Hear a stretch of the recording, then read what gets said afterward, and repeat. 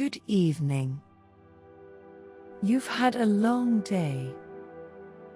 As you prepare for bed, let's journey together into the world of fairy tales with us. Sweet dreams await you. The Farmer and the Badger. Long, long ago, there lived an old farmer and his wife who had made their home in the mountains, far from any town. Their only neighbor was a bad and malicious badger. This badger used to come out every night and run across to the farmer's field and spoil the vegetables and the rice which the farmer spent his time in carefully cultivating. The badger at last grew so ruthless in his mischievous work, and did so much harm everywhere on the farm, that the good-natured farmer could not stand it any longer, and determined to put a stop to it. So he lay in wait day after day and night after night, with a big club, hoping to catch the badger, but all in vain. Then he laid traps for the wicked animal. The farmer's trouble and patience was rewarded, for one fine day on going his rounds he found the badger caught in a hole he had dug for that purpose. The farmer was delighted at having caught his enemy, and carried him home securely bound with rope. When he reached the house, the farmer said to his wife, "I have at last caught the bad badger. You must keep an eye on him while I am out at work and not let him escape, because I want to make him into soup tonight." Saying this, he hung the badger up to the rafters of his storehouse and went out to his work in the fields. The badger was in great distress, for he did not at all like the idea of being made into soup that night, and he thought and thought for a long time, trying to hit upon some plan by which he might escape. It was hard to think clearly in his uncomfortable position, for he had been hung upside down. Very near him, at the entrance to the storehouse, looking out towards the green fields and the trees and the pleasant sunshine, stood the farmer's old wife pounding barley. She looked tired and old. Her face was seamed with many wrinkles, and was as brown as leather, and every now and then she stopped to wipe the perspiration which rolled down her face. "Dear lady," said the wily badger, "you must be very weary doing such heavy work in your old age. Won't you let me do that for you? My arms are very strong, and I could relieve you for a little while." "Thank you for your kindness," said the old woman, "but I cannot let you do this work for me because I must not untie you, for you might escape if I did, and my husband would be very angry if he came home and found you gone." Now, the badger is one of the most cunning of animals, and he said again in a very sad, gentle voice, "You are very unkind.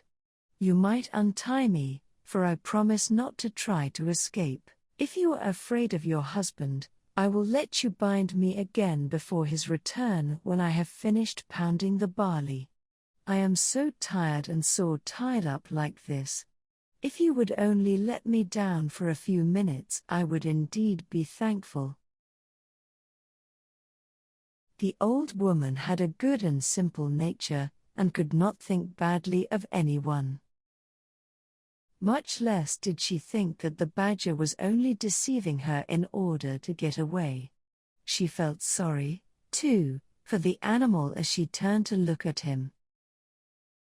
He looked in such a sad plight, hanging downwards from the ceiling by his legs, which were all tied together so tightly that the rope and the knots were cutting into the skin. So in the kindness of her heart, and believing the creature's promise that he would not run away, she untied the cord and let him down. The old woman then gave him the wooden pestle and told him to do the work for a short time while she rested. He took the pestle, but instead of doing the work as he was told, the badger at once sprang upon the old woman and knocked her down with the heavy piece of wood. He then killed her and cut her up and made soup of her, and waited for the return of the old farmer. The old man worked hard in his fields all day, and as he worked he thought with pleasure that no more now would his labor be spoiled by the destructive badger. Towards sunset he left his work and turned to go home. He was very tired, but the thought of the nice supper of hot badger soup awaiting his return cheered him. The thought that the badger might get free and take revenge on the poor old woman never once came into his mind. The badger meanwhile assumed the old woman's form, and as soon as he saw the old farmer approaching came out to greet him on the veranda of the little house, saying, "So you have come back at last. I have made the badger soup and have been waiting for you for a long time." The old farmer quickly took off his straw sandals and sat down before his tiny dinner tray. The innocent man never even dreamed that it was not his wife but the badger who was waiting upon him, and asked at once for the soup. Then the badger suddenly transformed himself back to his natural form and cried out, "You wife-eating old man! Look out for the bones in the kitchen." Laughing loudly and derisively he escaped out of the house and ran away to his den in the hills. The old man was left behind alone. He could hardly believe what he had seen and heard. Then when he understood the whole truth he was so scared and horrified that he fainted right away. After a while he came round and burst into tears. He cried loudly and bitterly.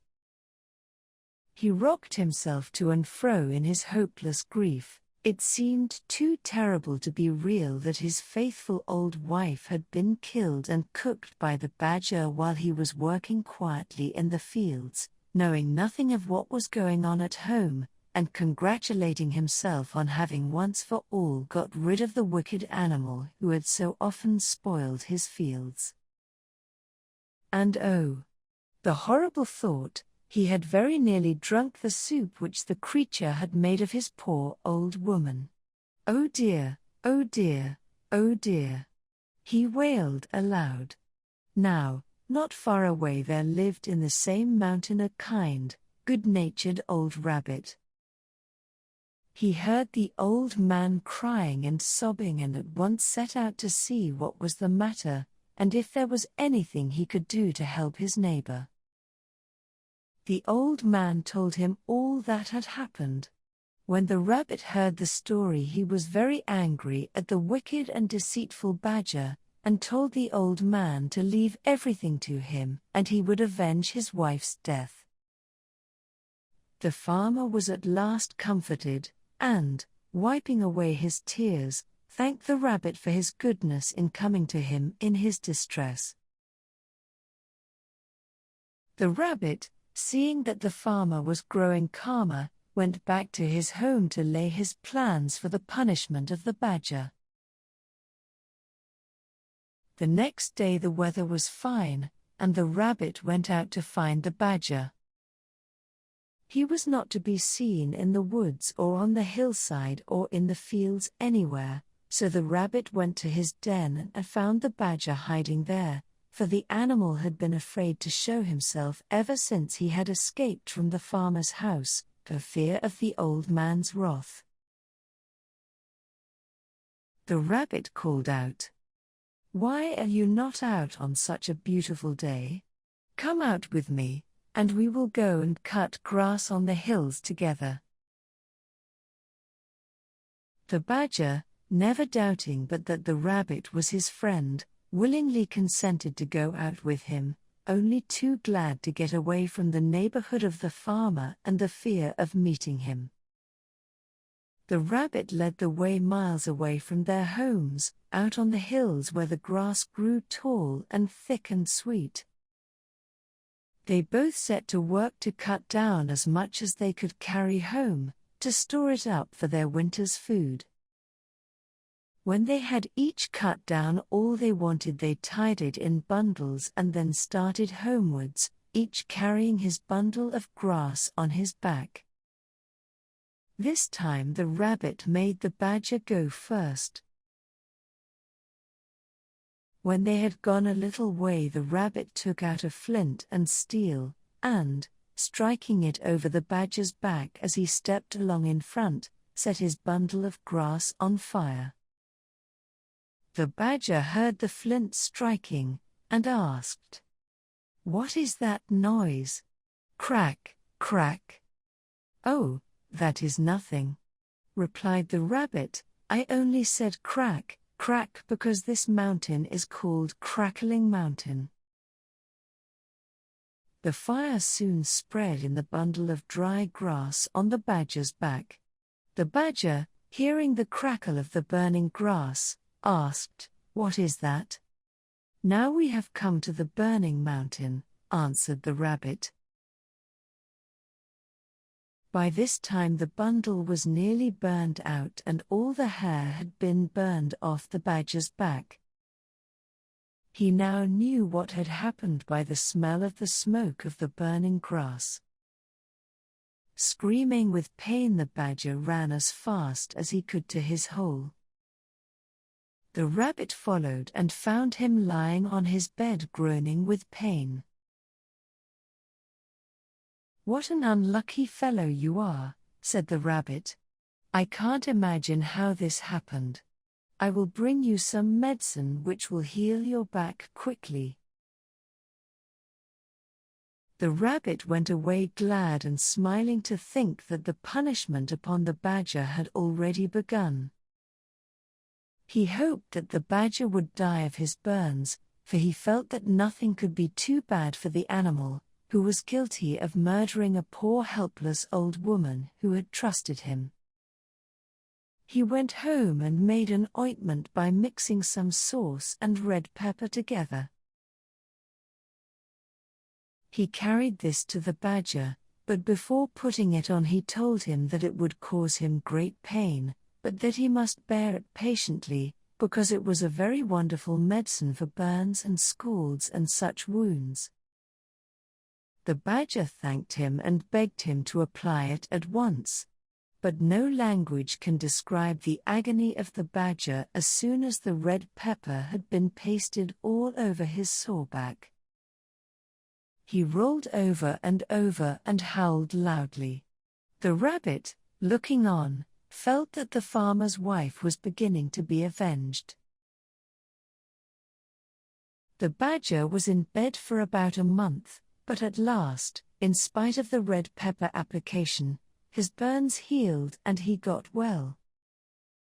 When the rabbit saw that the badger was getting well, he thought of another plan by which he could compass the creature's death. So he went one day to pay the badger a visit and to congratulate him on his recovery. During the conversation, the rabbit mentioned that he was going fishing, and described how pleasant fishing was when the weather was fine and the sea smooth. The badger listened with pleasure to the rabbit's account of the way he passed his time now, and forgot all his pains and his month's illness, and thought what fun it would be if he could go fishing too, so he asked the rabbit if he would take him the next time he went out to fish. This was just what the rabbit wanted, so he agreed. Then he went home and built 2 boats, one of wood and the other of clay. At last they were both finished, and as the rabbit stood and looked at his work, he felt that all his trouble would be well rewarded if his plan succeeded, and he could manage to kill the wicked badger now. The day came when the rabbit had arranged to take the badger fishing.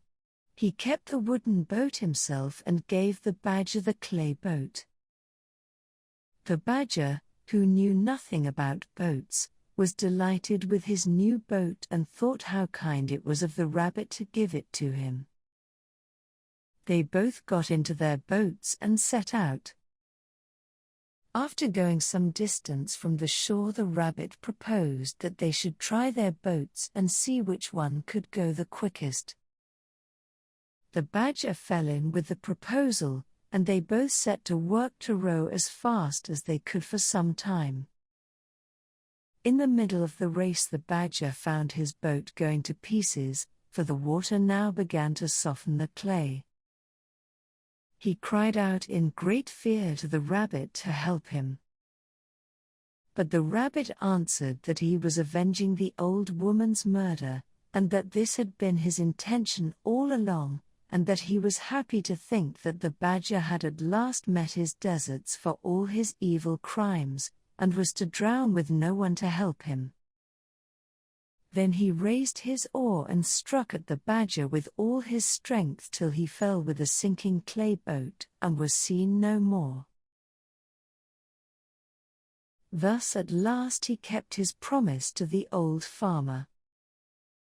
The rabbit now turned and rowed shorewards, and having landed and pulled his boat upon the beach, hurried back to tell the old farmer everything, and how the badger, his enemy, had been killed. The old farmer thanked him with tears in his eyes.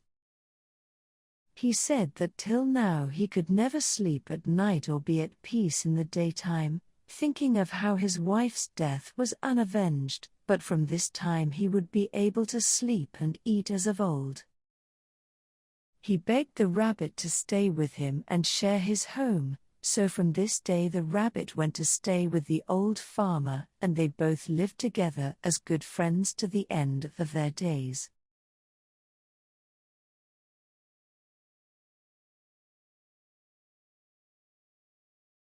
Have a good night. Sweet dreams.